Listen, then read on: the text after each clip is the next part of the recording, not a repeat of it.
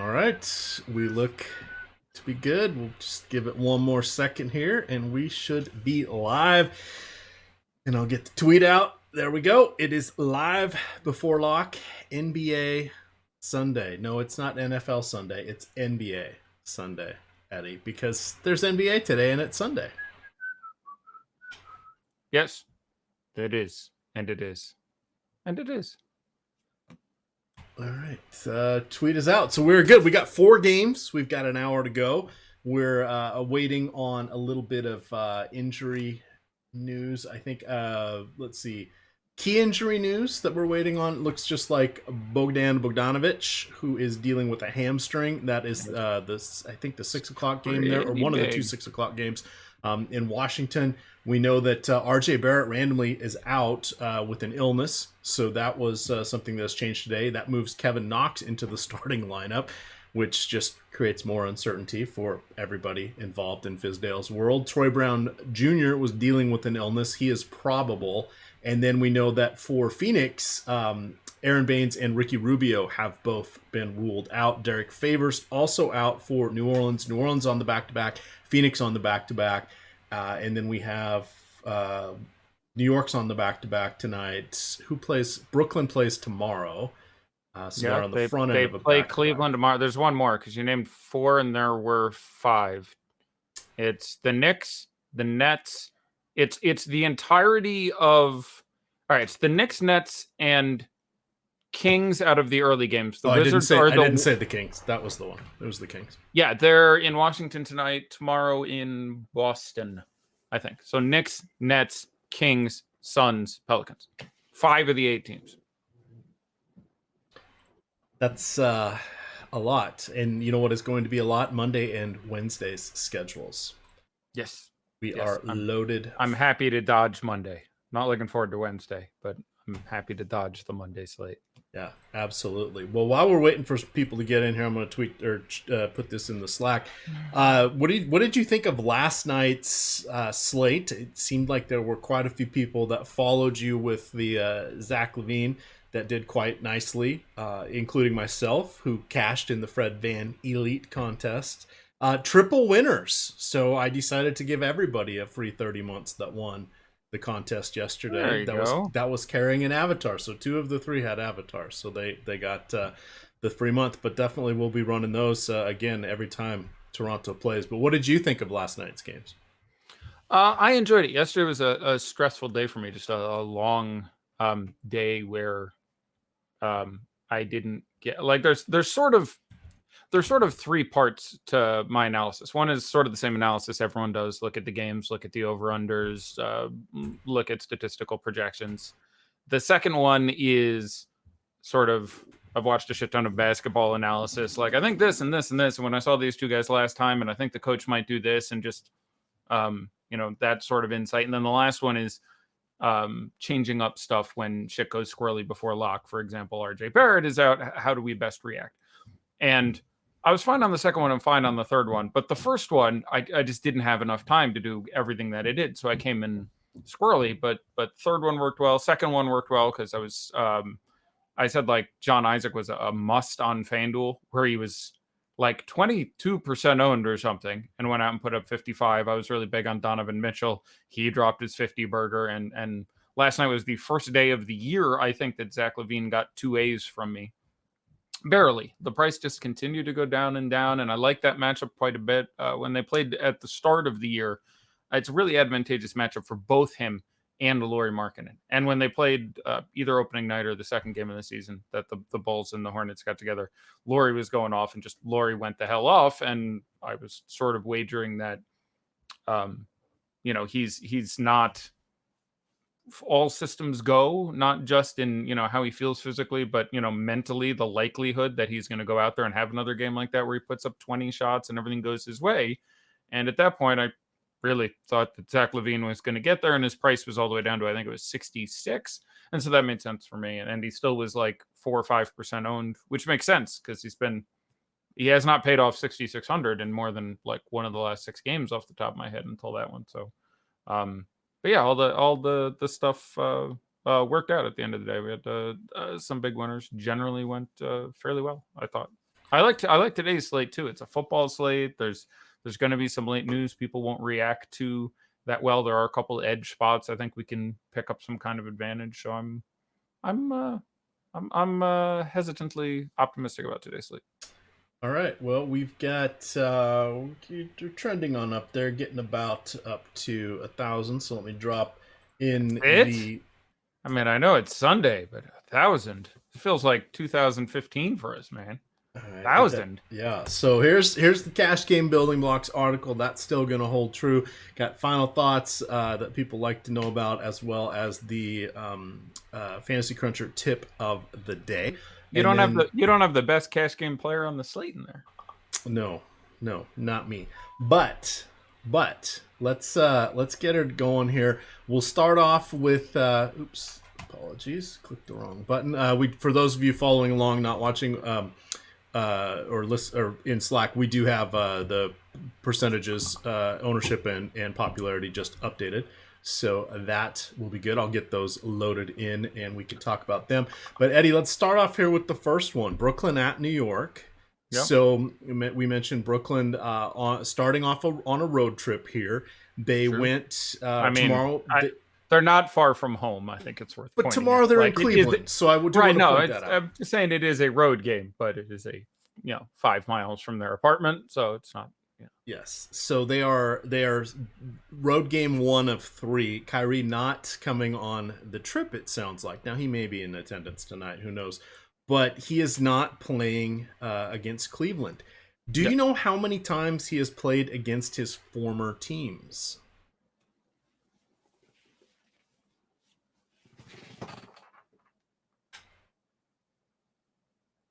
One.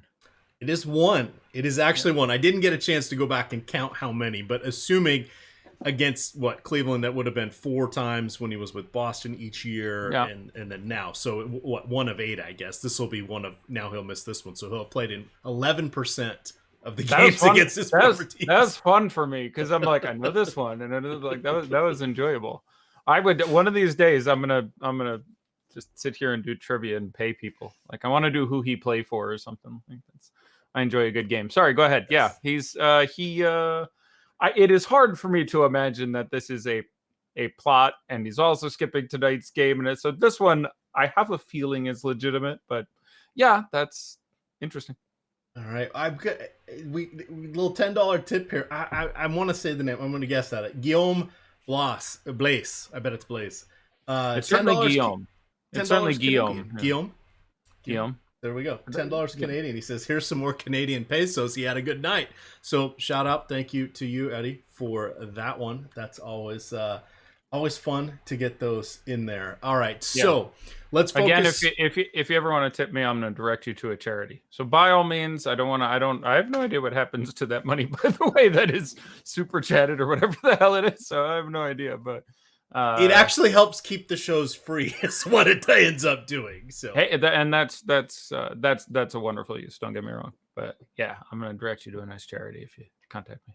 All right, so key things that we have here. One, tonight we were sponsored by Fantasy Draft, so they're home of the rake free DFS. They of course have their $300,000 Hooters Sunday main event.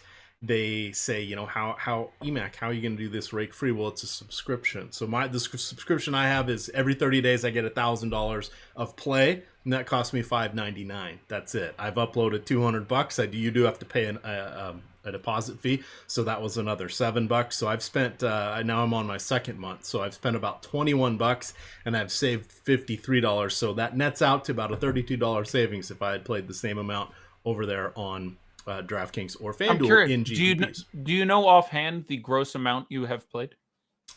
I could back into it, I guess. So it'd be, I think I don't know what you have a limit each month. So I have it tells me how much I have to play. It just rolled over, so I don't know. I haven't hit my limit yet. But basically what they do is each time you play, they calculate they have another little, it's green, of course, because it's money that's yours, and it updates with how much you would have saved if you had played. I think they use the number 15%. I haven't ever backed. I just marked one of my friends, I think it may have been Rinpack, but someone was showing me what they had done, and the savings were actually I mathed it out, and it seemed way too small for me. So I was just going to do a quick one with you, but we can obviously running out of time. We can do it Yeah. maybe after lock or another time. But when I looked at it for one person, I was like, you actually saved more than that doing even a conservative estimate of, anyhow, just saying it maybe even be more than that. I would suspect it is. Yes, by the time you look at it, a lot of the ones I do end up going in leagues I end up going into have a little bit of room in them because I just played the smaller field stuff Oh, sure. over there, so that helps as well. So I'm just looking here. I wanted to tee you off with the Knickerbockers here. So the Knicks are going to start Frankie Ntilikina, Kevin Knox, Marcus Morris Sr., Julius Randle, and Taj Gibson. What does this do for Mr. Mitchell Robinson? Nothing. I don't think it has much to do with Mitch Robinson. Like, I don't think it has anything to do with Mitch Robinson. It doesn't do much for him. I really liked him. I'm disappointed to see we have him projected at 32% ownership. It's a small slate, and I think that's about appropriate. I was hoping, being on the Knicks and yada yada, that he would be less owned than that due to just the inherent uncertainty of his game and whether or not he's going to play 12 or 26 minutes. But 4,700 is really cheap, and the matchup is about as good as you're going to do. So if I have him projected for 19 minutes and 26 and a half fantasy points, so that feels pretty good at 4,700. But there's a floor beyond that and a ceiling above it certainly. But I don't think it really does a lot there. Kevin Knox will take probably a couple fewer shots than RJ Barrett, but not that many fewer. RJ Barrett's year so far has been pretty similar to Kevin Knox's year last year. He's just a lot better than Kevin Knox is or was. But I love Kevin Knox. He got an A in cash and a B in tournaments for me. I think he plays 30 minutes.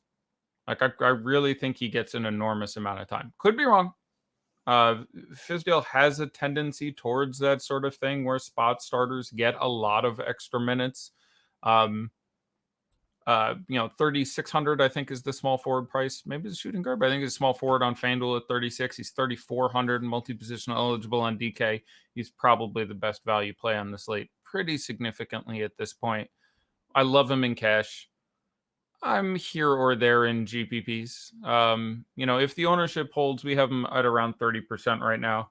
I'd be fine having more than that. I'm worried again because of the paucity of other, like the value plays that I like are him and Gary Harris, and I think that's it. Yeah, it gets real short in tournaments. There's some other guys I think are just great in the 3s and 4s and certainly carry an upside. Jeremy Grant. There's a number of guys that I think are very interesting to play in that price range. But as far as like value guys that I'm excited to put in a lineup and I feel pretty sure they'll get there, Jackson Hayes, $4,300. I can get behind $4,300 Jackson Hayes. Don't love him. Ceiling isn't brilliant, but 4,300 is 4,300. So I can get behind Jackson Hayes pretty well too. But like those are the 3 value guys who don't make me go, I don't know if this is really going to get there. So, yeah, I like Kevin Knox quite a bit. And I do think the time is significant. People have said, what about Damian Dotson? What about Alonzo Trier? I think this makes them in play. I did not rank them, which literally means I would not play them. Because again, I think Knox gets a lot of minutes, and I would overweight a bit on Knox, and that's how I see the situation playing out. Those guys haven't gotten a ton of time. Maybe you get a blowout. The Knicks are really, really bad. Maybe they do use this as, hey, we'll just spread the time around a lot. Knox had been shrinking out of the rotation. If you go back and take a look at that last Knicks game, I mean, people immediately mentioned, 2 people mentioned both Trier and Dotson to me. They've been getting a little less time frequently than Wayne Ellington has been getting out there for a little bit more. I'm trying to look at, so the Knicks again on a back-to-back, as we mentioned, we played last night. Taj started and got his 10 minutes. Barrett played 29 starting. Morris played 29 starting. Randall played 31, who's the guy I think this is best for. His price on DK was already really nice. Pace up spot, kind of like the matchup anyway. Short slate. So I was a pretty big fan of $7,100 Randall anyway. I think this, opens up the ceiling even a little bit more for him. So Randall and Knox, the 2 guys that I'm most excited about with this change. But last night off the bench, Knox got 9 minutes, which is another reason you could see him getting a little extra time. There's no concern about that. Dotson got 16. Trier did not play coach's decision. Ellington got 21. So I think I would rank them for off the bench, Ellington, Dotson, Trier, but I would not have significant amounts of any of them. I would now be a little more inclined towards Frank Ntilikina. Can see him getting more actual point work. There's a good amount of time that RJ Barrett brings the ball up. That's not really something that's in Kevin Knox's skill set. So that's a theory that I can get behind. So never super excited to play Frankie in DFS, but I'm a little more excited about Frankie. I'm a little more excited about Julius Randle, who is already in a really good spot. I do not think Marcus Morris is going to continue to make 2/3 of his 3-pointers. Like I just still think he will continue to regress down. But that's sort of the Knicks for me. Knox, Randall, well above everybody else. Then probably, Randall above everybody else. In tournaments, Knox and Mitch would be about even in the second tier for me. Though again, a little disappointed to see that ownership. I'd have some significant interest in Bobby Portis now. Last night's about what you're going to get at him. 20 minutes, but took 11 shots, 16 real points, 2 assists and 2 rebounds. He's getting cheap enough, and if there's going to be this kind of ownership on Mitch, there's some leverage. So I'd come up with 5% Bobby Portis, and if I was going to go into the also Rands on the team, I think it would be Wayne over Dotson a little bit for me. But I'll be checking for some news as we get closer to lock to try to see if I can get any sort of clarification comments. But that's where I am on the Knicks for the moment, and the rankings so reflect.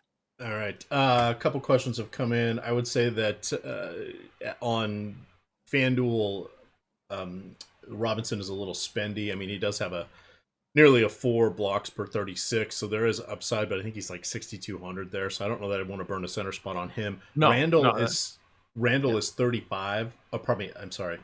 Too many things going on. Randall, I wish he was 35. He's 8 on the nose. He is 8,000. Yep. How do you feel about that price specifically? Big fan. Not as big of a fan as 7,100, although those prices are not, wildly different.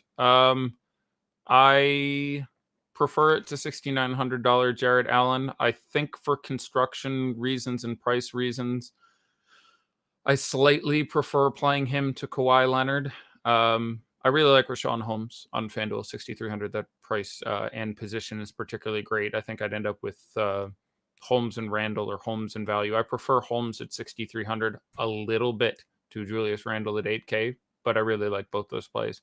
So I imagine power forward on FanDuel for me would be a significant amount of Randall, a significant amount of Holmes, and then smatterings of Kawhi, Allen. I'm not thrilled with that Millsap price. I'd rather save 900 and play Bielitsa in that next tier. You can play Saric. Frank Kaminsky's 4 flat.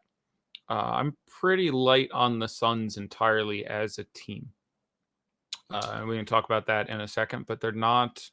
I would come in under on the Suns. I think they're going to engender more ownership than I would be comfortable with in their particular situation in a game I expect to be pretty ugly. It's worth looking at this, talking about the slate, stepping back a little bit, talking about the slate as a whole for a second. 4 games on tonight's slate. Again, 5 teams on back-to-backs, as we mentioned, but basically the first and the last, or one of the first and the last games, have over-unders of 233, give or take a point. The Washington and LA games. The other 2 games have over-unders of about 213. So there are 2 significantly faster games, 10% faster, and 2 significantly slower games. And then there's obviously significant differentials on some of these games where the Clippers are favored by like 10 and Denver is favored by 9 or 10. But the New York game quite a bit closer, and the Sacramento game, again, super, super fast, and also 2 or 3 points either way, I think. So in theory, it's just worth looking at all those game things. I do think that the Sacramento-Washington game is the one I would want to have the largest piece of for all those reasons. I worry about the Denver-Phoenix game. I may make a sports bet call on that. I've seen lines up to like 214.5. I'll go ahead and do it now. I'm 4-1 on sports bets in the year. I took an L finally. I'm gonna throw my sixth one out there. I will take the under in the Phoenix Denver game. They played earlier this year. They barely hit that over in overtime. In fact, I think they hit it by a point. Phoenix, I do pretty significantly worry about that spot. They are on a back-to-back. A lot of people, I think, may not realize that, which may boost the ownership on some of these guys. Half a point to a point because they played yesterday, but not on the main slate. As you mentioned, a fun game. The Suns and Timberwolves missed yesterday, and tonight missing Harden Westbrook Luka game kind of sucks. Yeah, Denver is top 2 in the league in defensive efficiency, bottom 2 in the league in pace. This is a road back-to-back for the Suns. They played in Minnesota yesterday and are now playing in Denver, which is the second worst place in the league to play. I think it's safe in playing. Both Oubre and Booker played 38 minutes last night. They're going to be running in quicksand tonight. Well, sure. Maybe. I mean, it's not like those aren't two world-class athletes and plenty of people get over it. But there's just enough going on there. And the last game was a bit of a slog. And this Phoenix team is slower than we're used to and defensively better than we're used to. And I'm fine with getting to some of the Nuggets. And I'm fine, certainly site-dependent, getting to some of the Suns. It's a 4-game slate. FanDuel, you have some exceptional value, where you have, again, Frank Kaminsky is $4,000, and Tyler Johnson is, I think, $4,200 on FanDuel. Those guys are very much in play because of those prices and the format on FanDuel, where you're building the 5 mini lineups instead of the 1 big lineup. But no Rubio Booker is going to be pretty popular again, I expect. Let me go ahead and click and look at some ownership here. We have... Well, you didn't immediately jump out at me, so apparently it's not going to be that popular. So look at you being all smart internet. 17%. That's not terrible. I'd probably still come in a little bit under that. Price isn't that great. And again, the matchup is pretty damn dreadful. So yeah, that's sort of the I obviously got off on a tangent. That's not what we were talking about, but that's okay. I got a few questions lined up. Okay, rounding it back for the Knicks, would you be Sure. willing to play, or would you set any limits? I wouldn't play more than 3 of the forwards, but I don't mind playing 3 of them. And the specific question is Randall, Knox, and Portis in the same DK lineup. It's a 4-game slate. I think we can still do that. I'm totally fine with that. You ignore Knox. Knox is going to be A, very popular, which makes him more ignorable. B, costs literally nothing, which makes him more ignorable, and is basically starting at the 2, which makes it having not a ton to do with a power forward and a center who he will share the court with less than he normally does because they're staggered because Mitch comes off the bench. So you ignore that question is really, can I play Randall and Mitch? Right. You just ignore Knox really in that context.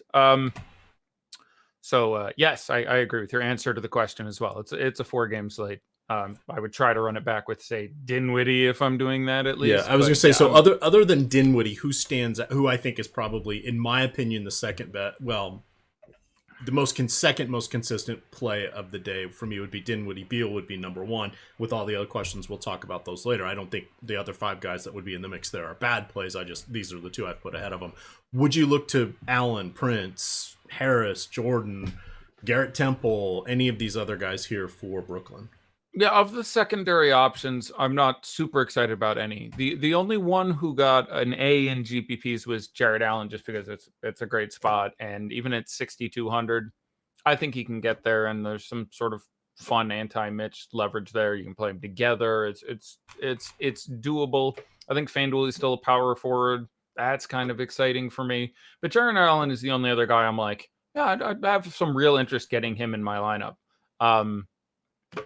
You can try to play for the blowout and play Theo Pinson. You can play Shumpert just based on he's getting a pile of time of the 5K-ish guys, where you're talking about Harris and Prince and Temple and DeAndre Jordan. In a tournament, I'm probably in this matchup now.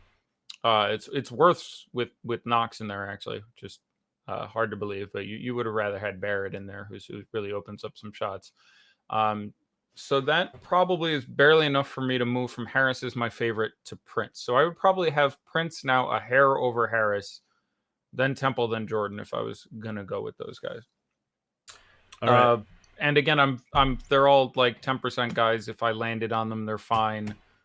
Yeah, but slightly prefer, and I'm somewhat enthusiastic for Torian Prince and Joe Harris. Both those guys, I'm like, yeah, I think getting those guys into my lineups feels pretty good. I'm somewhat happy about that. The other guys, yeah, I'm really not thrilled if Garrett Temple or DeAndre Jordan show up. But I like those secondary options of either Allen first and foremost, but then Prince and then Harris. Last question from this game: do you like Dennis Smith Jr.? In general, no. Although I need to double check what his price is at. But he is $3,600. I think Dennis Smith Jr. is playable, and if I had time, I would go back and add him to the rankings. He should probably be like a DC or something on a 4-game slate. Okay. He is playable, but it's not going to have a lot to do with sort of the Barrett situation. You still need something to go weird with Frankie there, but there's still no Elf, and there's just Frankie in front of him. Whereas before, you had Barrett sort of in front of him at point guard as well, and also was just a usage reduction more significantly when he was on the court. So like Dennis Smith Jr. would be a bit too much for me, but like $3,600, I'm fine getting to Dennis Smith Jr. if you wanted to take a shot at that. I still think the most likely scenario is he plays 16 minutes off the bench, and I have him for 16 and 12 and a half, I think, but he's really cheap and it's a 4-game slate, so I'm fairly ambivalent. But All right, on to our next game here. So the question is, I'm kind of iffy on Bogdanovic playing. I mean, I wish he would. I wish he was healthy. This is a great matchup for him. I think he's a fine player. He did get a little bit of the from not playing to questionable today. That's going to be the first game. We should ideally know here in the next 15, 20 minutes if he's going to be at least active. And he's the biggest reason I like this slate, because we can react to that, and between that and people, RJ Barrett's going to be a percentage and a half owned, will be my guess. We'll find out in 33 minutes, but that'll drop away some rake, and people won't late swap with football going on, and so like that's one of the situations I'm for that reason I do kind of like this slate, in that we have Sacramento going at lock, and if Bogdanovic is in, you windmill slam him, you get yourself significantly over the field, which is going to be like 5%, depending what time it comes out. Obviously, if it comes out in a minute, it'll be more than that. But if that news comes out at 5:50, there's just going to be none, and it's a brilliant spot for Bogey. So, and if he ends up being out, and if and when we get the confirmation for that, you can, make some adjustments there as well, and that's obviously a cookie for, a number of players, but most notably. Oh, I guess I'd probably start with Healed on top, but again, I'm a big Rashawn Holmes fan, especially on FanDuel, where he's power forward and only 6,300. I like him quite a bit on DK at 6,200. 63 on FanDuel is even more deliciously priced, relatively. And again, I mentioned the other day, there is no position in basketball scoring more fantasy points than centers against the Wizards. So.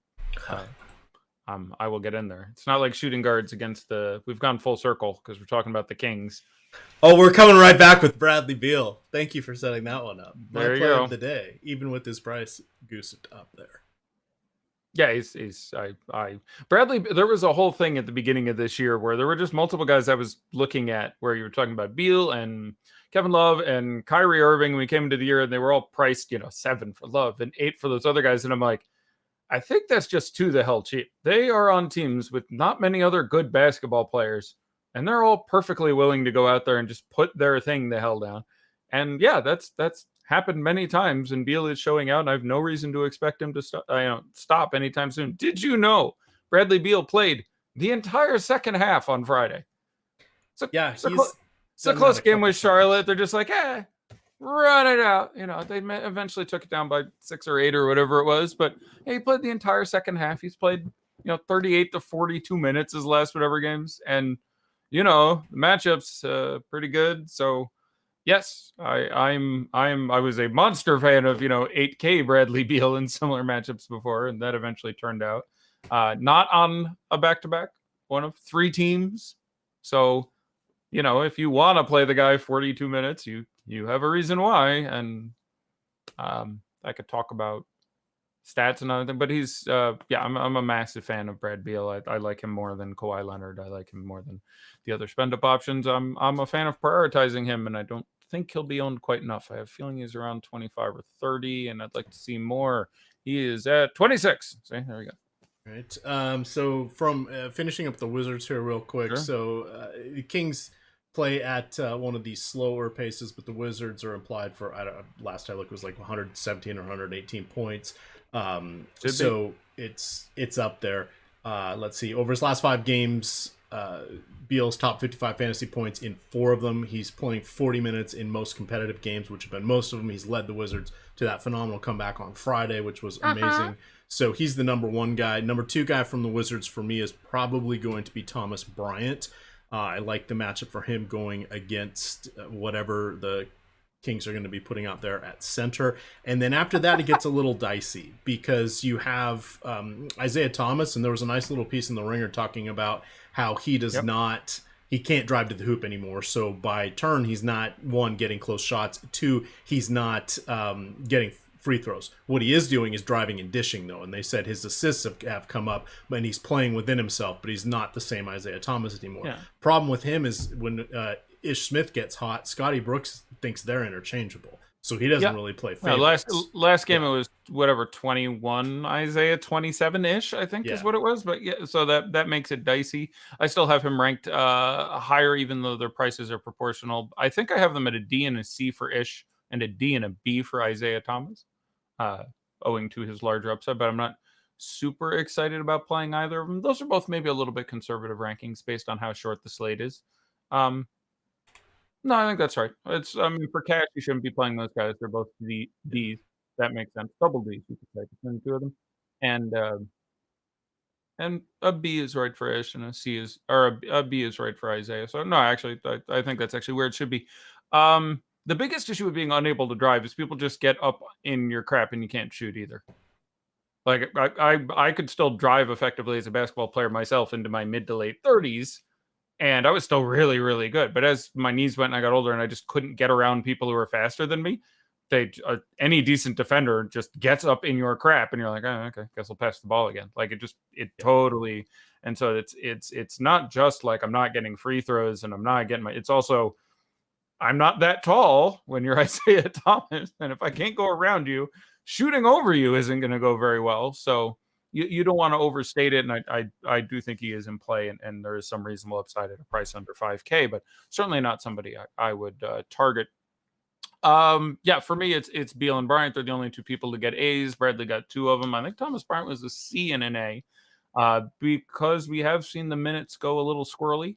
I worry a little bit about foul trouble in this matchup, and I would just rather go to a number of other centers in the cash position, whether it's paying down for Hayes or Holmes or just other guys who I like a little more. So he ended up, I think, with a CA, but there's a giant ceiling there. I have no issue with any amount of tournament exposure to Bryant. After that, I don't really want to spend $6,000 on Davis Bertans. He's much more reasonable on FanDuel. I don't really want to spend $5,000 on Rui Hachimura, who might play 20 minutes. Isaiah Thomas we've talked about. Probably my next favorite guy in tournaments would be Mo Wagner. Mo Wagner. Yeah, 4,600 I think is the tag on Flaming Mo, and he's had some monsters, and the matchup is really good. And he's, you need the minutes to come around, but if you're telling me I need a third wizard in my lineup, I probably go there. Troy Brown is just fine. I think he starts. I think he probably plays 28, 29 minutes. Again, if I'm thinking Beal and Bryant and by extension Wagner are carrying a lot of the water, that limits my interest somewhat, but I guess that would be the next guy. So yeah, I would say Beal, Bryant, Wagner, and then Troy Brown. Yeah, a couple other questions coming in. We'll get to Sacramento. I'm hoping we get that news, and then we'll dive into it. So I don't want to play a hypothetical game right now on that. But they're asking, how do you feel about Jordan McRae closing out last game? he was out there because he's a little bit better of a defender. The announcers think he's an awesome defender. I disagree with that, but That's right. that was the main reason he was out there closing, because the Wizards really lack size. It wasn't just that, actually. It was they got a little pissy with the starters, and then the bench got hot, and they left the bench in but Beal, yeah. and Bryant. Beal and Bryant closed, and again, Beal played the entire second half, but they left. It was only Beal and Bryant among the starters. So there was Hachimura wasn't out there, Brown wasn't out there, Isaiah wasn't out there. They stuck with a lot of the second unit. So I don't think I rank Jordan McRae. I do think that is an abnormality, but I don't think playing him is insane on a 4-game slate. And he's a guy who, will call his own number and take some number of shots. So I really think you need to correlate it with a blowout, though. I think closing in a close game, I would find unlikely. Maybe. It could happen. He seems to be recovered. He was ill for a little bit, but Bogdan Bogdanovic will play on Sunday. All right, let's have a conversation. Now we talk about it. That worked well. So, nice job, universe. So, how are you feeling about Corey Joseph? Is question one. I think Johnson becomes just an afterthought. It is Johnson, right? Joseph Johnson, is that the guy? James I Johnson, believe is who you're looking for. Yeah, he was an afterthought. He wasn't terribly playable anyway. Yeah.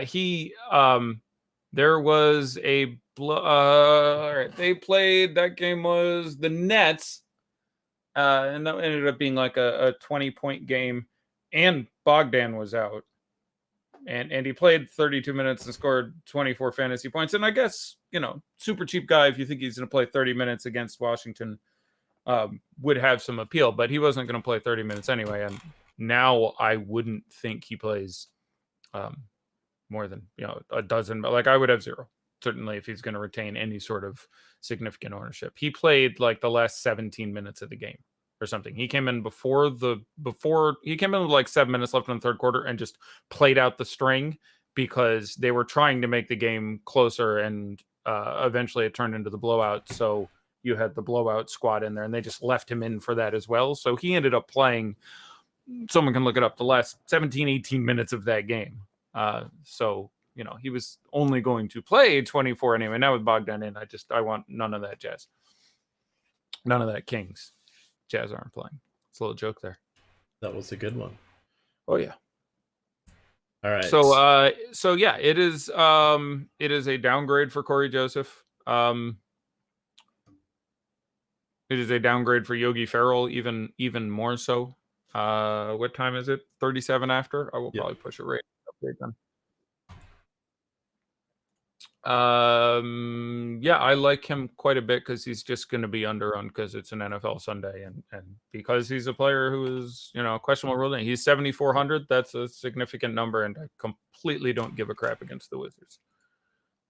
Sure, I'd like him to cost less. Sure, there's it's a hammy. There's a risk of re-injury, but that's what everyone else is thinking. And if he wasn't injured, he should be, I don't know, 30 to 35% owned on this slate, and he's going to be 8. What would you project him for? If you'd project him for what, 40 DK points for Bogdanovic? I'll run the basic without any of the adjustments I usually make.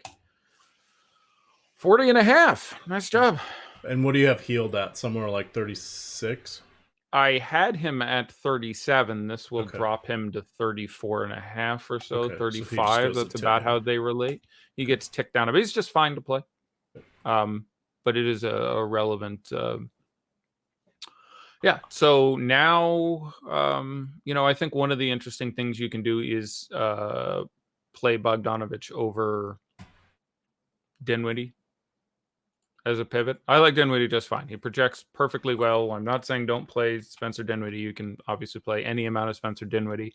His price is approaching where it should be.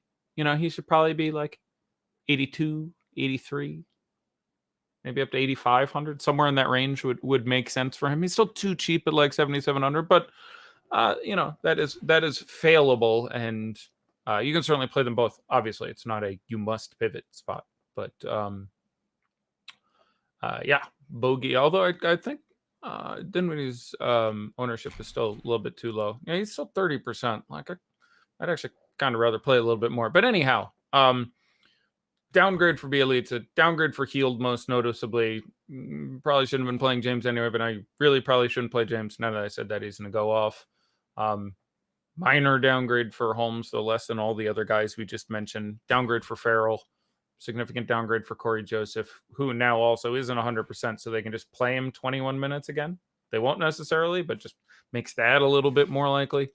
And yeah, Bogey himself, pretty big fan of Finding Room. He is 74 on DK, he is 73 on FanDuel. Yeah, if I was I have my 2 placeholder GPP lineups I'm blanking at here. In both of them, I clicked out Dinwiddie and clicked in Bogdan, which gives you a little bit of money and gives you a much more interesting lineup. So yeah, I would be somewhat interested in doing that. I am, again, perfectly fine with playing both, and I really like Dinwiddie as a play. In a vacuum, I'd probably like to have more than 30%, but because of the lineup structuring on FanDuel, I don't really want to get away from Beal, and I'll go with 8% own Bogdan as opposed to 30% own Dinwiddie. He will outscore Dinwiddie 1 in 5 times if I can, more than 1 in 5 times, and if I can only play one of them, that's how we're going to do that. All right. A couple of people have said Bogdan's not starting. Correct. He's not starting. He hasn't started all year. He didn't start the last 20 games last year. He doesn't start. What he does do when fully healthy, so I mean, there's teeny bit of risk he's not going to play. I doubt that's going to be an issue tonight, and I'm playing it as if he's going to play. But he comes in with about between 3 and 7 minutes left in the third quarter, and then doesn't come out of the game. Yeah, among others, quite regularly. Now tonight with the hamstring injury, etc., we may not quite see all of that, but the point is he's in their closing unit, and if you go back and look at his game logs, probably 5 of the last 7 games he's played, he's done that, where he's come in with a couple minutes left in the third quarter and just played all the way through. So that's what it's always a little risky. They can take it slow. It is a hammy, which is one of the more likely to flare up of the things that can knock someone out. Like it is not the safe play. But again, I end up giving this example all the time. But the short version of it is, if you play all the injury risk guys over time, it will be profitable, because the differential in what their ownership should be is greater than the greater chance that it gets screwed up. So normally there is something like around 2% chance Bogdan would leave a game. Tonight, that's probably 7%, or it might even be 10 or 12. And if you count the odds that they just limit his minutes returning, which we don't know specifically, maybe it's like 20%. But it's still beneficial to play more Bogdan than the field, because his ownership, which would normally be 30 or 35%, is 8%. So yes, it is riskier, and it's by no means compulsory. But that's where that is. All right. Let's quickly plow through Phoenix and Denver. Just a couple specific questions. I know you kind of hit on that. Sure. How do you Plumlee has been listed as questionable. Does that do anything for you? I think they're kind of a mess. How did I miss that news? Plumlee is questionable? I think it just came out while we were on air. But does that improve Grant for you? Yeah, there it is. How do you feel about Jokic? Is he interested again? Is he not interested again? Is that noise? Does it matter that he crushed Phoenix last time? No, it doesn't matter. And then anybody that you like from Phoenix, you kind of hit a little on a few of them, but now that we are on that game officially, Booker, Rubio's out, and Baines is out. Yep. No one cared who he was. And we have 17 minutes, so we're still good on time, but we want to hit this one, then the last game too. Get a question. Okay, then I'll just take a second here. I'm fine with most of the guys on Denver. I'm probably least excited again about Barton. So the news on Plumlee is that he has a headache, which that's a shame for Ms. Plumlee. But yeah, I already sort of liked Jeremy Grant. It could be a bit more of a Jeremy Grant spot. It's a short slate, like $3,600 made a little sense there. So now I have even a little more appeal. Pretty far from compulsory, but I think it's 3,600 on DK. That's a little bit interesting for me. I think it's still a little more likely that Millsap gets in there and puts his thing down and he doesn't get pulled out. The first game was a bit of an anachronism for a couple of reasons. So yeah, Jokic torched him, but there's a couple things to keep in mind here. One, that game went through overtime. And it was very notable because Jokic, again, especially early in the year for long stretches, was disinterested and pretty crappy. But he had a triple double with 26 points or something in that game. Like he had a better game than he did last night, for example, or Denver's last game, more to the point. But I believe 3 people fouled out for the Suns. I'm trying to remember who it was. I believe it's Rubio, Baines, and a third guy. I'll go with, wasn't Frank, because he was in there at the end playing in overtime. I don't know, but multiple people fouled out. So you got a lot of extra Frank time, and Frank had like 18 and 12. Frank had a very good game in that game. This being long way around of saying it's a brilliant spot for Jokic. Again, as far as how interested he's going to be, I haven't the first clue. I'm not his psychiatrist, but he is, $9,200 Jokic is still just really well too cheap.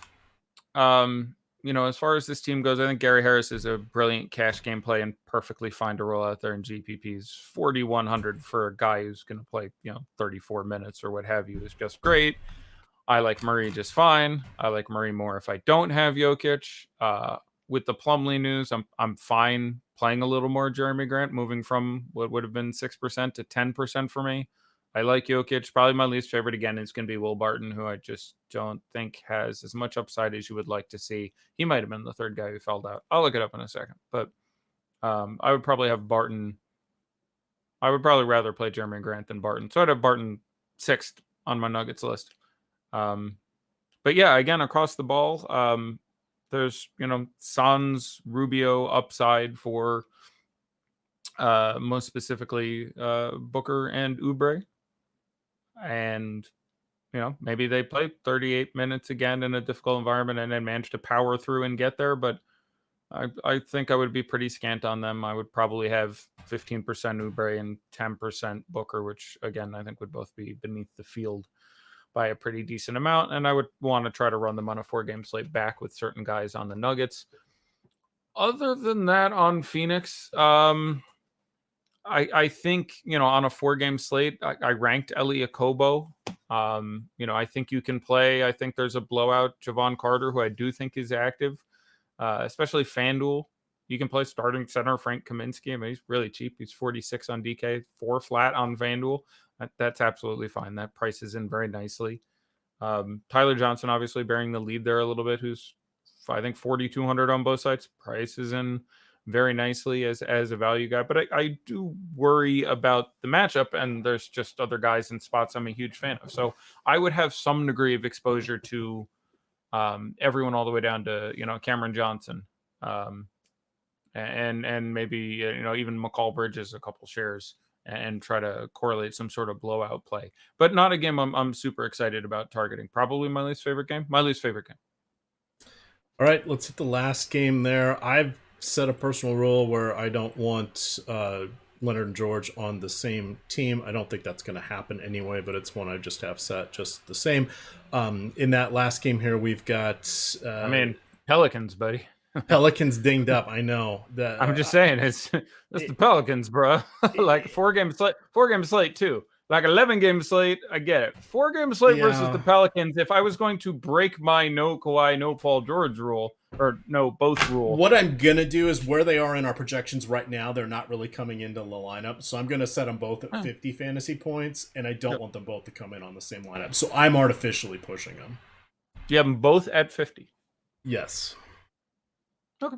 I mean, I don't know. That's not crazy. I have Kawhi at 51 and Paul George at 46.5 or something like that. So okay. I mean, you're not miles away from where I am. I will say they're playing the Pelicans, and you would get a pretty low owned lineup there. The number of lineups that have both those guys in it are pretty small. Kawhi we have Paul George as our most popular player on DraftKings. All right, we just got ownership. Okay, we had Paul George as our most popular player on DraftKings. It is still Paul do. George. He held on. Still in the high 30s. I'm perfectly happy with that. That feels like about where it should be. The matchup is great. He's been an absolute monster. I might even want a little more. I do prefer him at their prices to Kawhi Leonard. Not sure there's a metric ton to add there. Nope. I think it is worth, considering how ridiculous this defense is going to be for several portions this year. I do think we need to understand that there's less of a likelihood of the ceiling Lou Williams games you need. I ranked Lou Williams, I believe, a B and an A, but he was very close to like a C and a B. For chance that just the usage isn't there for him, and chance. So and it wouldn't surprise me if you see that sometime soon. I would much rather play Montrezl Harrell, who's in a brilliant spot. I'm a big fan of Montrezl Harrell. Sort of screwed by the existence of Rashawn Holmes, who I do prefer, but Montrezl Harrell is a very strong play.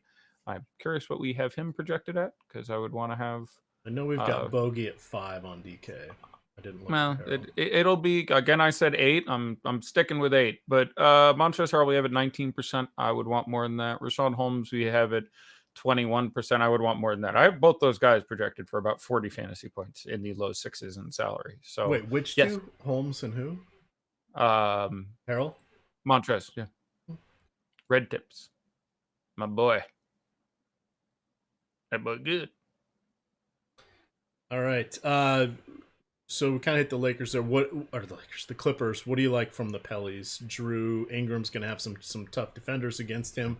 Yes. Not as big a fan of him. Are you scared off at Pat Beverly defense? For me, the answer is no. I actually do like Pat Beverly, though, because there are people for him to defend, which should keep him out there longer. Yeah. But this is 2019 basketball. Fouled out in 18 minutes in that last game. Yeah. I ranked a lot of guys here. What is our... I do not believe we have Josh Hart and... I'm blanking on a name all of a sudden. It'll come to me. Favors, Okafor? No. Okafor, thanks. Josh Hart and Favors is out. Hart and Okafor are, last I saw, questionable. That makes things interesting. So, presuming Okafor does not play and start, I'm a pretty big fan of Jackson Hayes at 4,300. That's legitimately a good matchup. And when the rest of the court is good to phenomenal defenders, maybe he takes more than 5 or 9 shots, which you've been seeing. I still have him projected for like 24 fantasy points. The minutes are not safe. They can go to Melly, they can go to Okafor potentially, but he's pretty cheap, and there's a good, portion of the time where in what is a really good matchup for him and a difficult matchup for much of the rest of his team, he's going to get out there and play 30 minutes at $4,300. That makes plenty of sense for me. Again, one of the reasons I like this slate is this is actionable news. If you get Lonzo resting, by the way, which I don't think he does, I'll go 70-30 against. But there's some chance that on the back-to-back that they rest Lonzo. And that's going to give you more Frank Jackson and any Alexander Walker, who actually was pure rested the last game. I think he got coach's decision even without Josh Hart there. So they are, getting more healthy. There's some concern there. $7,900 Drew Holiday, I have a lot of interest in. Like, the matchup is to some degree not ideal, but he's had like one game this year under 38, 39 fantasy points. Now you're not super excited by that at 7,900, but again, this game also has a 230 whatever the hell over under. Someone's going to have to put those points in there, and we know it's not going to be Jackson Hayes, and we know it's not going to be Kenrich Williams, so someone on this team is going to put the biscuit in the basket, or they'll get absolutely crushed, which is a real possibility too. I think Brandon Ingram has a much tougher matchup and is $500 more expensive, so I'm pretty excited to play Drew Holiday. I don't want to spend over $6,000 in a really bad matchup for JJ Redick. So for me, Drew, Jackson, Nicolo Melli, fine to play in tournaments. You can certainly see this, foul trouble. There's any number of ways in which Hayes can get played off the court, and you could get 27 minutes of Melli again. I'd have some real exposure there at 4,300. Okafor if we get news. Would you go Booker or Beal on FanDuel? Beal, not close. I'm sorry, Booker or Dinwiddie. My bad. That's a conversation. I would certainly play Dinwiddie in cash. I will look at our ownership projections and defer to their usual excellence to answer that question, because FanDuel, we have Beal at 38%. That feels good. Frank Ntilikina at 39%. Yeah, probably coming under that. So the guys you're asking about are Dinwiddie, who we have at 26%, and Booker, who we have at 18. That's about right. That's not really anything super to move on. I would probably stick with Dinwiddie at that point and just roll my gut that in theory Phoenix struggles in this situation. All right, 4.5 minutes. Okay. Let's see. If you were projecting, we got some people that aren't updating their stuff. What are you putting Bogdan in at? Would you say like 37 points? 40? I have him at about 40. But again, that's without trying to mathematically factor in the uncertainty, and it's significant. And it's a difficult situation because that's something that is really difficult to math. So I look at guys who live and die in their projections, and Josh and Adam and Lofty, and they talk about stuff like that, and they kind of have to go, yeah, I just projected him as if he's in and fine, because that's really all you can do. It's a really screwed up situation to try to math it out. But again, I said there's a 20% chance he's limited. I feel like that's probably around the right number. And then there's obviously a range of outcomes for how limited is. But as far as what I think his actual average projection would be, that would probably knock it down to closer to 31, 32 for me. Maybe 33 as far as the actual average, because there will be some period of times he only plays 18 minutes and some period of time that he's just not 100%, and some period of time he re-aggravates the injury and so on. But I'm a pretty big fan of Bogdan. Just at the ownership. He just won't be owned enough for almost best possible matchup. I would take the risk because I think he's basically single-digit owned. We will know in a minute. Let's see. You putting in lineups, E-Mag? Well, I'm trying to answer questions in chat, and putting in lineups. I'm a man of the people, but the people want more questions, so I'm going to send you off with. No one has said a word about Ivica Zubac. He's the kind of guy that come out at 5% ownership and break the slate. No, probably not, because there are so many healthy bodies there. Harrell or Holmes DK tournament. Right. That's and I agree with your take there. And keep in mind, I had a slate breaking Zubac call this year. Oh yes, he's like one of my 2 weeks guys. ago. I had a busted, but I do think your response is absolutely. I mean, the Clippers are largely Landry Shamet. Accepting that this team is really largely healthy. You need a lot of things to break your way at that point. When it was and I think it was like no Kawhi in that game too. I'm trying to remember. So you are asking a lot of crap to break your way for the Zubac thing to work out. So I mean, it's always a math problem. Where is there still a 1% chance you get the Zubac 26-minute 40 fantasy point game? Yeah, that's possible. And then the matchup is pretty good. And I ranked him, so like I would have some, but not a guy who gets the full the rub from me, if you will. All right. What was the game you said you take the under on? They're asking. I thought it was Denver, but I don't. Denver. Yep. Yeah. It's if you can get it at 214, even 213, 213 and a half or something. I will take the under on that game. Drew Holiday or Dinwiddie, no site given. Drew Dinwiddie in cash, Drew Holiday in tournaments. It's DK probably. They're both 77, 79. What do you have Drew for? Like 39, 40? What? That didn't load. Oh, it's because it's got the pending news. 1 second. I have to clear it. I'll make my best guess. We'll say they're both out. 41 and a half. I'm not doing too badly on these. No. You're in the. And again, he's just down to 7,900. That feels pretty good. And that might even be a little conservative. All right, we've got a minute to go. Randomize my stuff, submit it, and then we're gonna be good. Rumor has it, I'm about to go over check here on the old DK, but it sounds like one Ben Arasa, also known as Jazzraz, may actually be flirting with the Millie. Oh, in football? Yeah.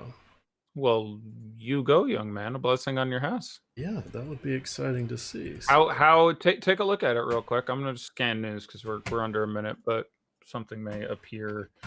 Let me hit upload first for me, because there we go. Yeah, all right, I'm in. They're like 30 seconds out. Go look at Troy Brown, sleeper of the night. Only if he takes his NyQuil. I don't mind Troy Brown. I'm fine with that. That was my sick humor. No, I got it. It was very, very clever. Not very clever, my wife would say. All right, here's an update. Jazzraz is in second right now. Yeah, but how's the whole minutes? And we're at wait, it's afternoon. It's the afternoon games. Right. So he has 30 more minutes than everybody else in the top 11. There are some people that have 53 like he does. So he has still playing the Cowboys defense. So some of his minutes are a defense. Oh, yeah. And then he has Derrick Henry are his 2 players. And Henry has 2 touchdowns. Darn it, I almost went with Derrick Henry as my 100 yards and a touchdown pick. Sad. Very sad. All right. That's going to do it. We're at lock, but let's do ownership. I got to know about Bogey and a few other guys here. Let's do a little daddy likes. Let me get ready over for the here. glory. Let's take a look here. But yeah, shout out there for one Mr. Ben Jazzraz Araza. So he is the guy ahead of him. So basically he's covered with Henry. So he needs 4.5 points from the Dallas defense against Tom Brady, who doesn't like to get sacked and doesn't like to throw picks. Right. He needs to go up 4.5? Yes. To be in first. Get it done. Let's go. Pick 6. Tommy, I hear your back wasn't feeling too good this week. Yes. Getting old, Tom. I know what it's like. Do you know how old Tom Cruise is? 56. 57. Which is just absolutely mind-boggling.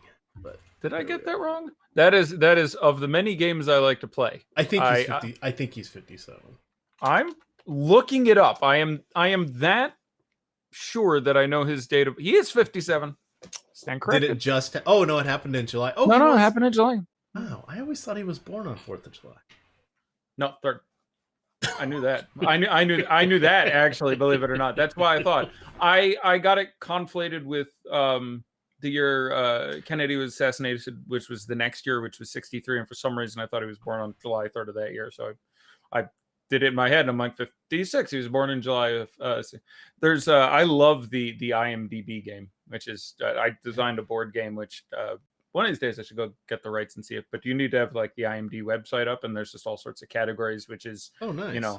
Who has been in more films and who, there's a 7 Degrees of Kevin Bacon component to it. And I'm a huge fan of that sort of thing and movie trivia. And there's the go around, which is fun. Here, you and I will play around real quick. You ready? Here we go. Hands off computers. Oh, I'm not looking because I'm going to talk about fantasy draft, break-free fantasy. Okay, do that first before I waste time. Subscription model. I get $1,000 a month to play. It costs me $5.99. If I play through that same 1,000 on the other sites in tournaments, it's going to cost me about $150. Which is better, $5.99 or $150? Fantasy draft. Check it out. Okay, it's all you. All right, let's do ownership and then movie crap. All right, who was the number one most owned play tonight? And I did not have nearly this much. See, the hint is going to get me. I have 2 games. I have New York, Sacramento, and Washington. I thought we were under before, but especially with your comment. It's our boy Kevin Knox. It is Kevin Knox. Yeah, there we go. I was. We had him at 30. That number was going to get up. He was the best value play on the slate, pretty significantly. So I probably have him at 30. Yeah, it's not wrong having him at 30. I have him at 34. It's not like it's etched in stone. Yeah, that's fun. But I expect he's closer to 45 or 50. He is 50. There you go. On the nose, just 5-0. 5013. Nice. What's Bogdan? I'm going to cut to the chase here. 8-10? Is that 11? Okay, still a fan. That's not as good as 8, but I'll take 11% Bogdan and I went best 36. possible matchup. Yeah, that's I have an irrational love for 1, players against the Wizards, and 2, bogey. Bogey's he's really good. All right. Who is the most popular king?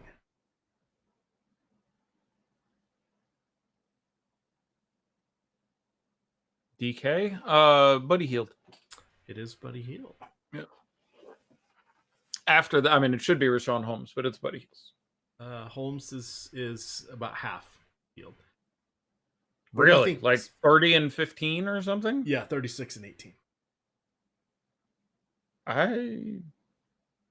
I don't understand 18, 15, whichever percent for Sean Holmes. That's okay. Nice. Just about my favorite play on the slate. That's tough. Where's Randall, by the way? Who's my other, like, I was a big fan of these bigs here. Randall's Randall? At 31. Okay. Where's Beal? Beal is at 28. I think I went 40 with. Yep, I went. Let's see. Where did Mitch end up? Oh, there.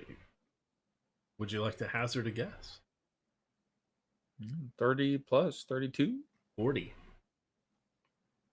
Yeah, again, I probably want to have a little less than that, but you can get away with it with some of the other value to start opening up. And Dinwiddie, I assume, in that range as well. Yep, he's 41. So I went 40 on Mitch, and I went 30 on Dinwiddie. Rats. I wish I would have gone higher on Dinwiddie.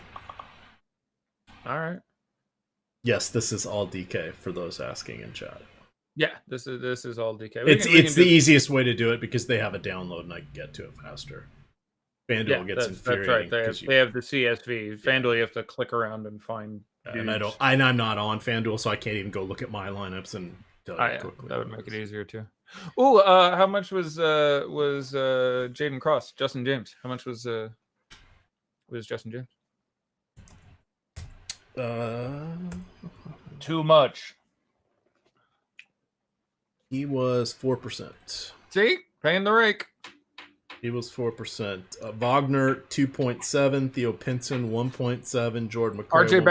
RJ Barrett. 2.4. You said about see, 2%. I said there's gonna be still 2% on it, right? So between Justin James, who isn't quite a zero, but I'd project right now for 8 fantasy points or something like that, and RJ Barrett. That's why I like a slate like this. That's 7% right there. People paying the rake for you. Iman Shumpert 1.5. That's fine. I like Shumpty Dance. Let's see. Wayne Ellington, Miles, Giles, Bonga, Nawaba. Is Nawaba playing? Yes. Marvin Bagley's not. 0.02.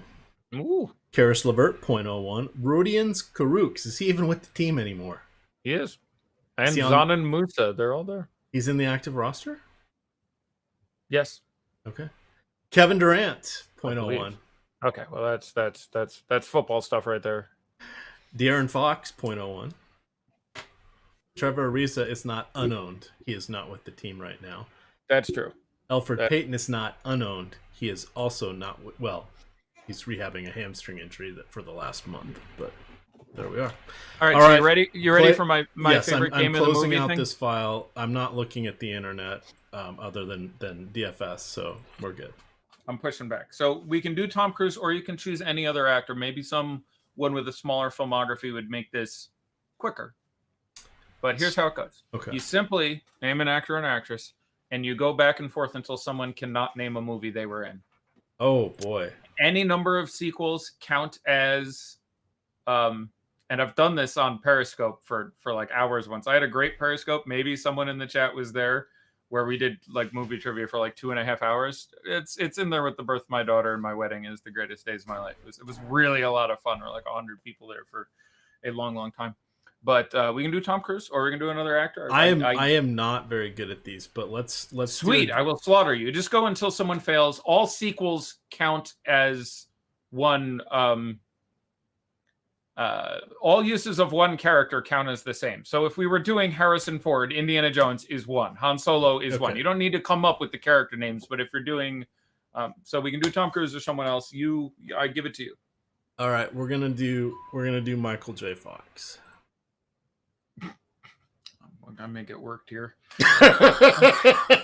This is not gonna go well, especially where series count as one. But okay, we'll give it a shot. Go ahead. You can go first. Well, Back to the Future, hopefully to get that off the board. Sure.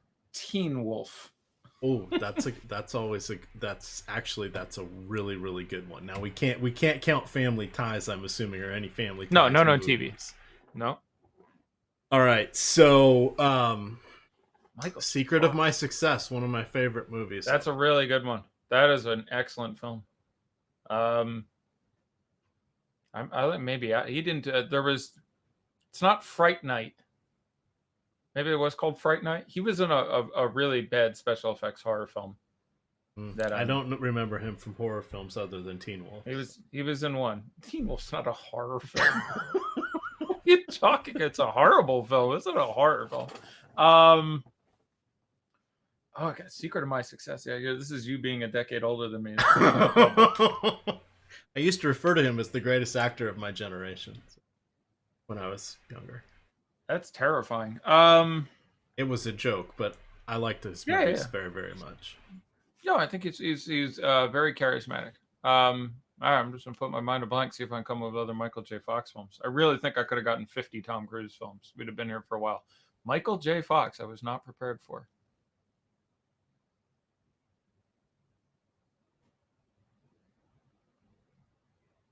I'm going through like the celebrity work ones, like Pret-a-Porter, and I only know like 10, and I know he's been in a lot more than 10 movies. I had 3 offhand, and we've gone through them. But give me a second. Well, I mean, Back to the Future was 3. Teen Wolf was 2. I think he was in both of those. He was in a horror movie called something like Haunted House or Fright Night or some. I've definitely seen it because he was good in it. I remember thinking, Jesus, this is a horrible movie. His acting he's trying to save this thing with his attitude. I'm sure the chat is loving this. Oh yeah, is chat jumping in? I don't get. They have one. All right, Doc Hollywood.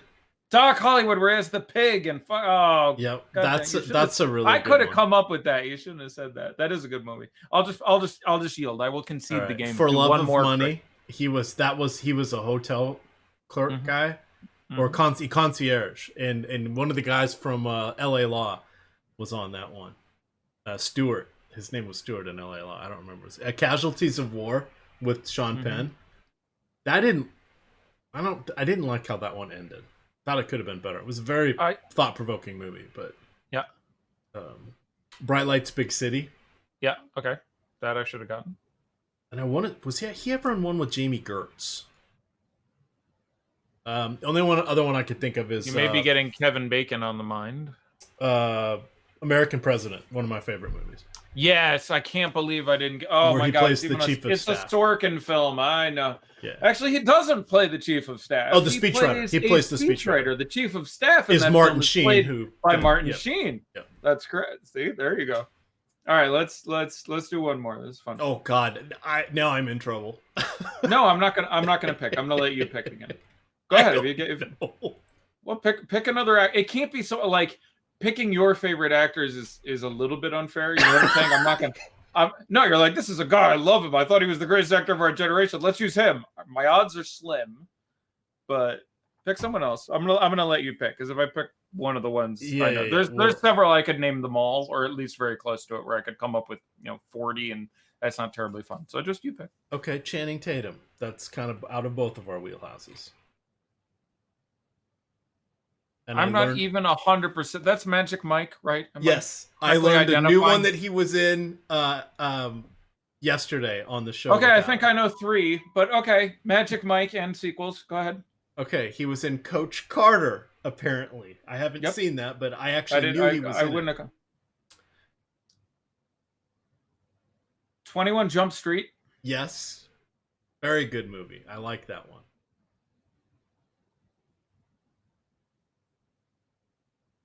Oh, it's my turn.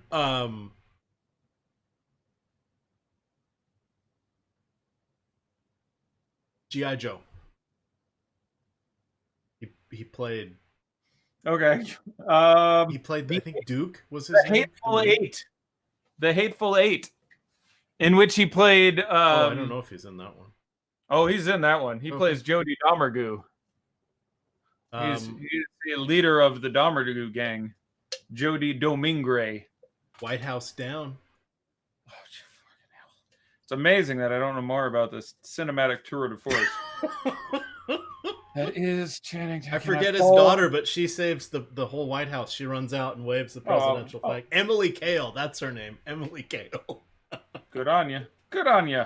I'm very possibly going to tap in about 10 seconds. Right, I've seen none of these films except for Hateful Eight. Like, I'm going to see a Tarantino movie.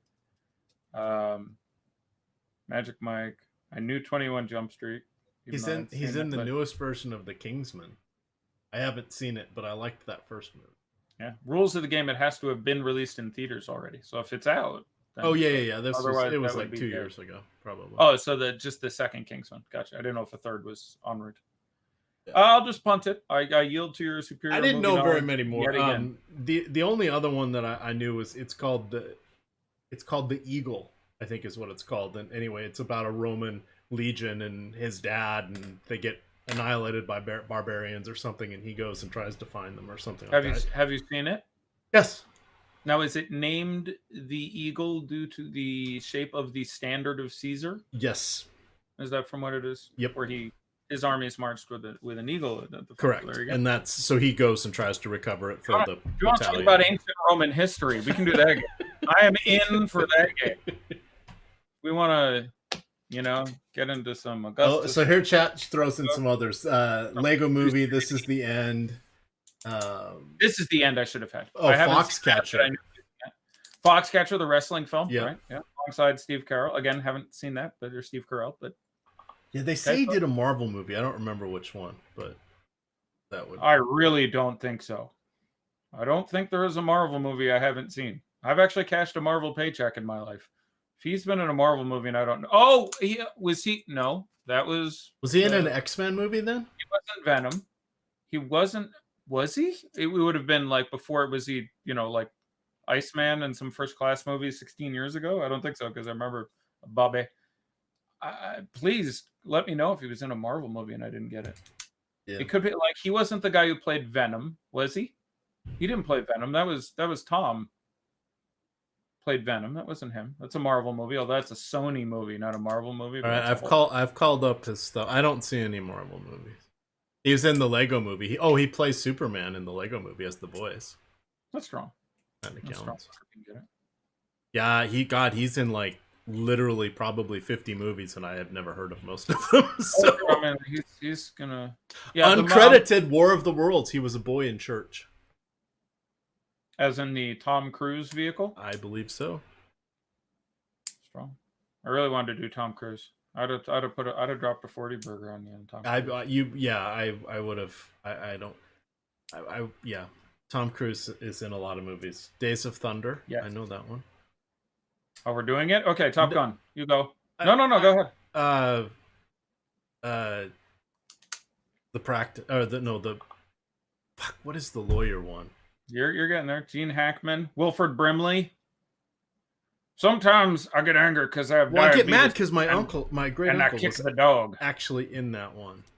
He's in that one. It's a movie. He was one of the. He sat for a portrait with one of the founders of Bendini, Lambert, and Locke.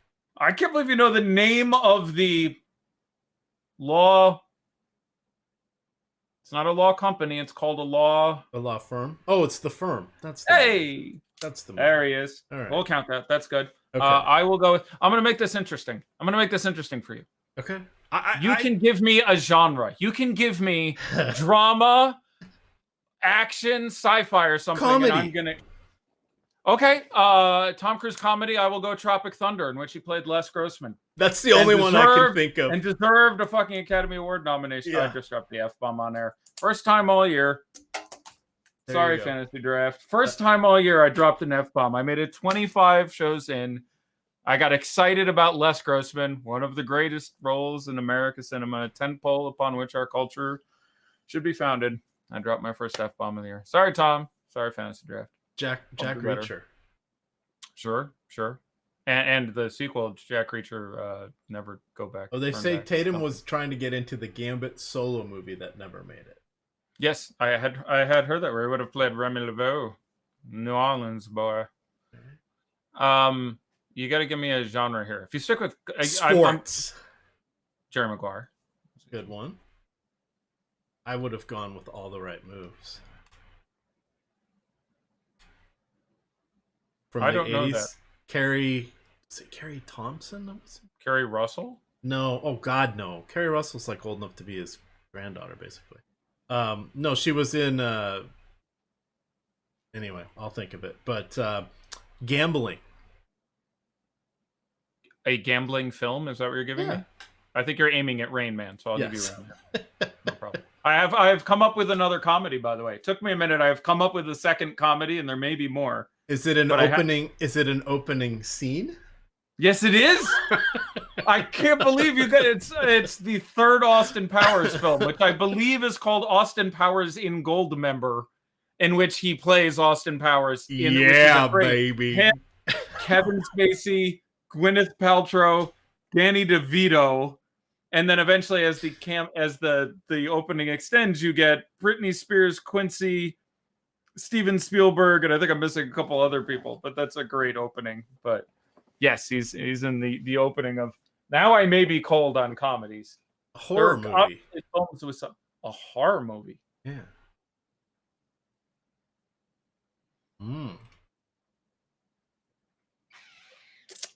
It was a more recent you can't one. give me like music or procedural drama. You're not counting The Mummy, are you? Yes, that's not a horror movie. All right.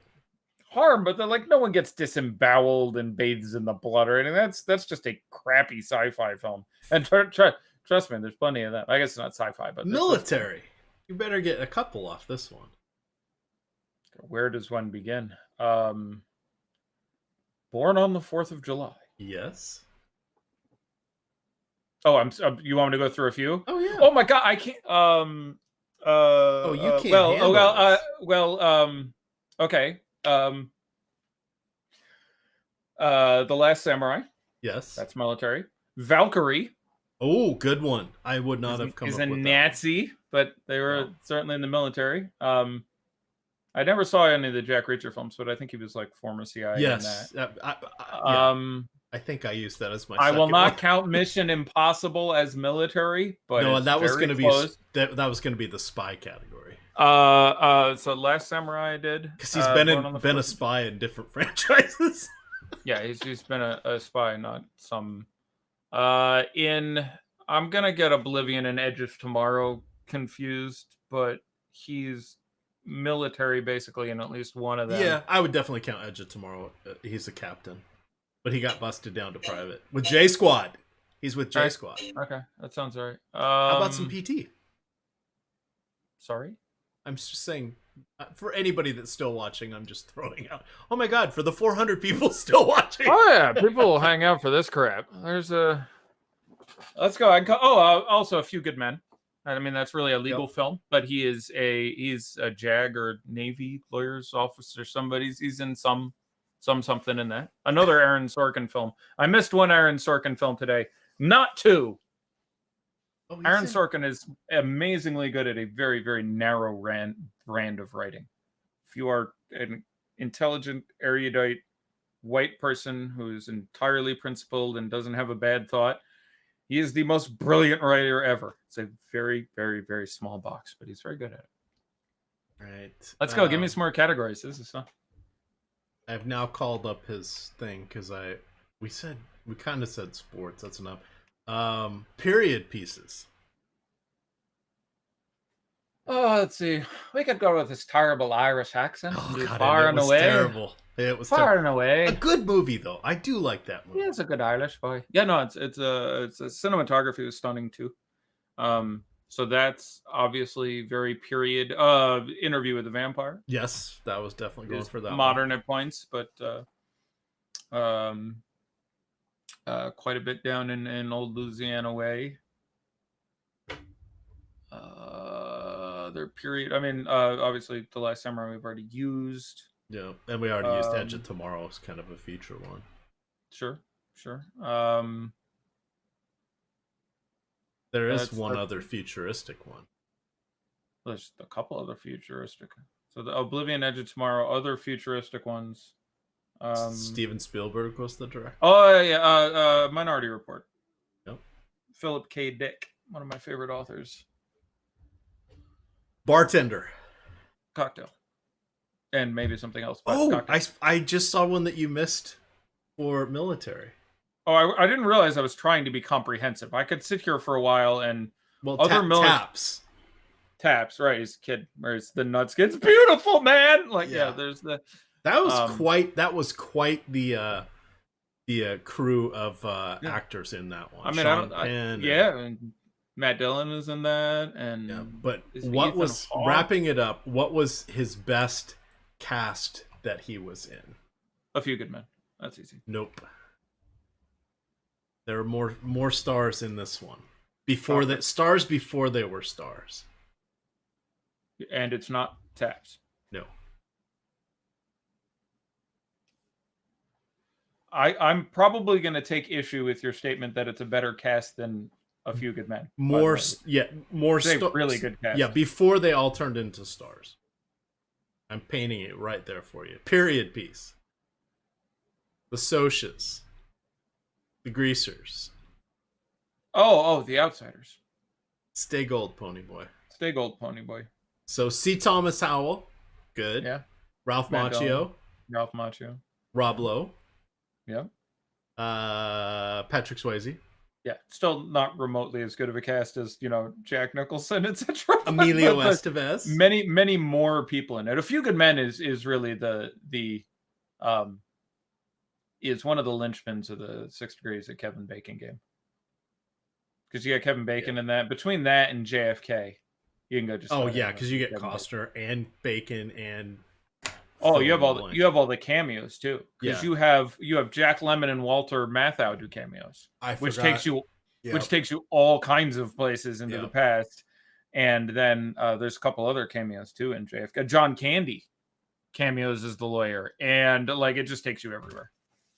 So JFK is the nutty there.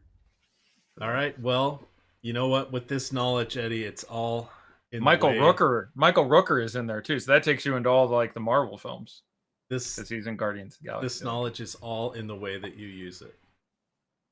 No, that's pretty much useless no matter what you do with it. No. That's the song in the way that you use it. Clapton from. Oh yeah. From what movie?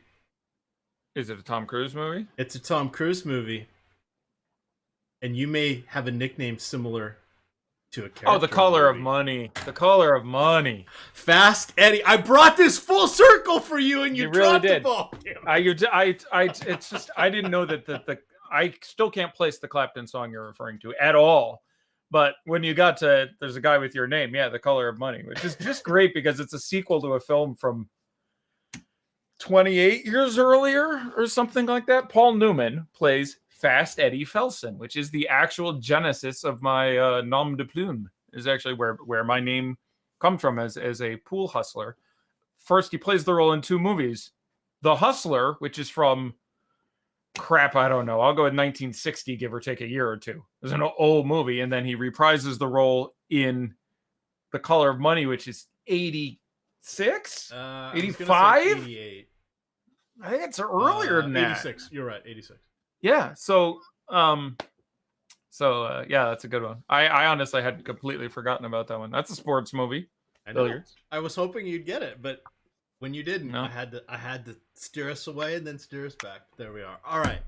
We're getting on out of here. That was a little bit of fun, but guess what? Thanks for indulging me. That was fun. In 1 hour, you will get Live Before Lock NFL with Eric and Emac.